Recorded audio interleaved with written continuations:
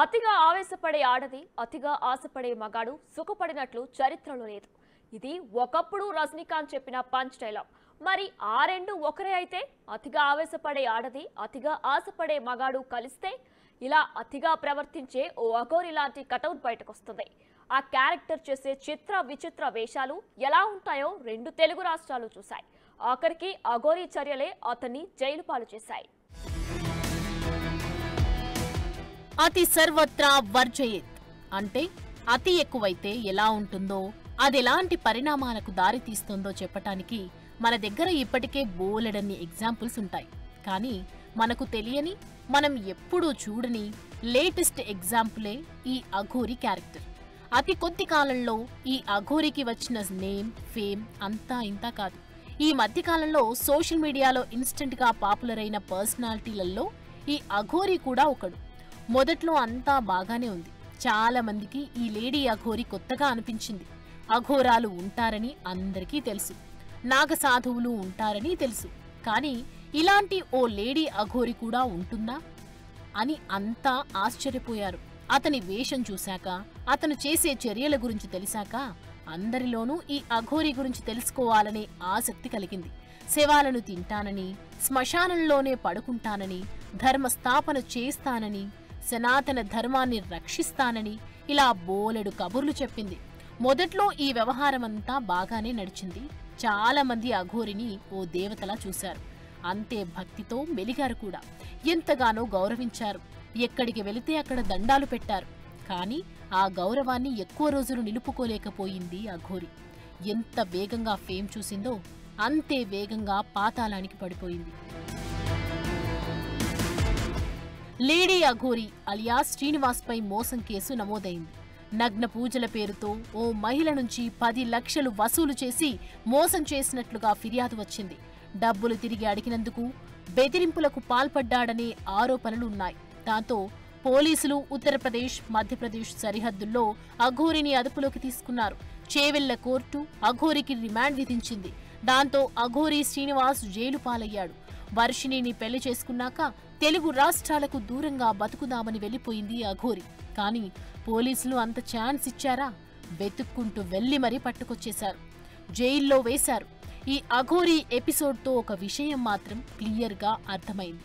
అతిగా మతిపోయి ప్రవర్తించే అఘోరి అయినా చట్టానికి అతీతం కాదని తేలిపోయింది. ఆధ్యాత్మికతను అడ్డుపెట్టుకుని అఘోరి ఎంత అతి చేయాలో అంత చేసింది. ధర్మస్థాపన అంటూ ఆగమాగం చేసింది. పూజల పేరుతో తనని నమ్మిన వాళ్లను మోసం చేసిందనే ఆరోపణలున్నాయి. ఇలా వరుస సంఘటనలన్నీ అఘోరిని వ్యక్తిగతంగా పతనమయ్యేలా చేశాయి. ముఖ్యంగా అఘోరి చర్యలు ఆధ్యాత్మిక గురువులు అఘోరిలపై సమాజంలో ఉన్న నమ్మకాన్ని దెబ్బతీసేలా ఉన్నాయి. అవన్నీ ఆమె ప్రతిష్ఠతను, నమ్మకాన్ని కోల్పోయేలా చేశాయి. జనంలోనూ అఘోరి పట్ల విరక్తి వచ్చేసింది. మొదట్లో భక్తితో చూసిన వాళ్లే ఇప్పుడు చీదరించుకుంటున్నారు. ఇలా ఉన్నావేంట్రా బాబు అని నిట్టూరుస్తున్నారు. మొదట్లో ఇంట్రెస్టింగ్ గా చూసినోళ్లే ఇప్పుడు తెగ ట్రోల్ చేస్తున్నారు. ఏదేమైనా మోసం, బెదిరింపు ఆరోపణలతో అఘోరి అరెస్ట్ అవ్వటం, జైలుకెళ్లటం లాంటి పరిణామాలు న్యాయ వ్యవస్థ బాధ్యతాయుతంగా వ్యవహరించినట్లు తెలుస్తోంది.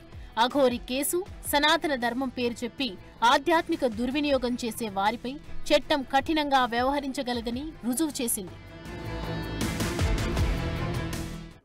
ప్రతిదానికి ఓ లిమిట్ ఉంటుంది. లిమిట్ క్రాస్ అయితే తర్వాత వచ్చే పరిణామాలు కూడా అదే స్థాయిలో ఉంటాయి. సనాతన ధర్మస్థాపన అంటూ దుకాణం మొదలుపెట్టిన అఘోరి తర్వాత ట్రాక్ తప్పాడు. అమ్మాయిల వెంట పడ్డాడు. ప్రేమన్నాడు, పెళ్ళన్నాడు, అసలు తెలుగు రాష్ట్రాలకే రానన్నాడు.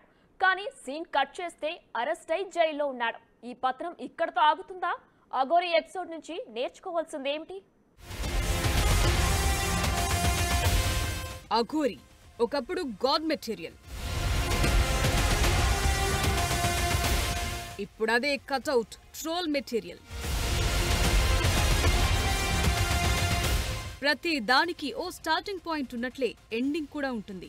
సోషల్ మీడియాలో ఇన్స్టెంట్ హిట్ అయిన ఏ క్యారెక్టర్ కూడా ఎక్కువ కాలం ట్రెండింగ్ లో నిలిచినట్లు హిస్టరీలో లేదు.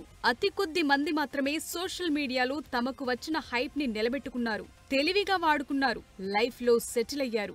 మిగతా వాళ్లంతా వచ్చిన నేమ్, ఫేమ్ ని ఎలా వాడుకోవాలో తెలియక ఇలా వచ్చి అలా వెళ్లిపోయారు. ఇప్పుడు అఘోరి క్యారెక్టర్ కూడా అలాంటిదే. సడన్ గా ఎంట్రీ ఇచ్చింది. సోషల్ మీడియాతో పాటు 2 తెలుగు రాష్ట్రాలను షేక్ చేసి పడేసింది. నడిచిన నాళ్లు నడిపించింది. చివరికి జైలు పాలయ్యింది. అందుకే అనేది అతిగా రియాక్ట్ అయితే సీన్ రివర్స్ అవుతుందని.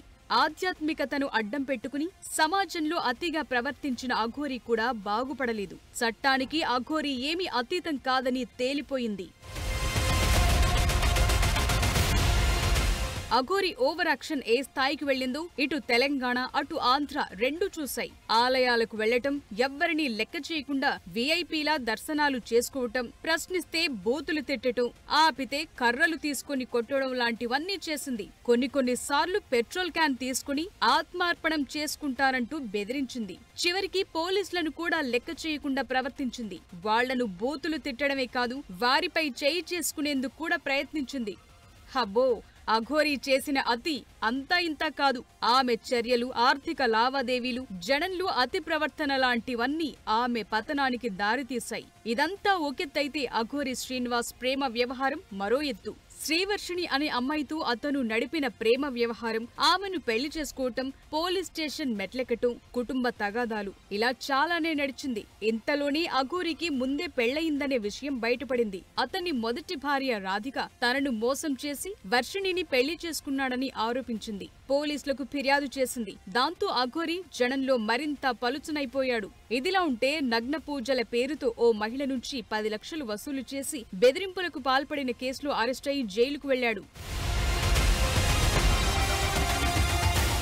మొదట్నుంచి అఘోరి వ్యవహారం వివాదాస్పదంగానే ఉంది. సనాతన ధర్మం, ఆధ్యాత్మిక భక్తి మార్గం అంటూ సోషల్ మీడియాలో ప్రచారం చేస్తూ ఆలయాలను సందర్శిస్తూ కాంట్రవర్సీలకు కేరఫ్ గా మారింది. ఇక బీటెక్ చదువుతోన్న శ్రీవర్షిణి అఘోరితో వెళ్లటం, అతన్నే పెళ్లి చేసుకోవటం కూడా జనంలో పెద్ద చర్చకు దారితీసింది.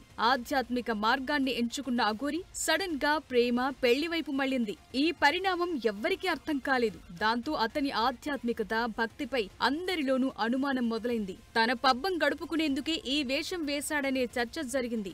అఘోరి ఆధ్యాత్మిక మార్గానికి కట్టుబడి ఉండకుండా పక్కదారి పట్టడంతోనే అతను పతనమైపోయాడు. అతని ప్రవర్తన, వ్యక్తిగత సంబంధాలు, ఒకరిని మోసం చేసి మరొకరిని పెళ్లి చేసుకోవటం, బెదిరింపులకు పాల్పడటం లాంటివన్నీ అఘోరిని ఎటూ కాకుండా చేశాయి. ముఖ్యంగా తనను తాను ఓ ఆధ్యాత్మిక వ్యక్తిగా చిత్రీకరించుకుని పూజలు, ధర్మం పేరుతో డబ్బులు వసూలు చేయటం, జనాన్ని మోసం చేయటం లాంటివి కూడా అతని ప్రతిష్టను దెబ్బతీశాయి. ఏ సోషల్ మీడియాతో అతను జనాన్ని ఆకర్షించి పాపులర్ అయ్యాడో చివరికి అదే సోషల్ మీడియా అఘోరి వివాదాలను, మోసాలను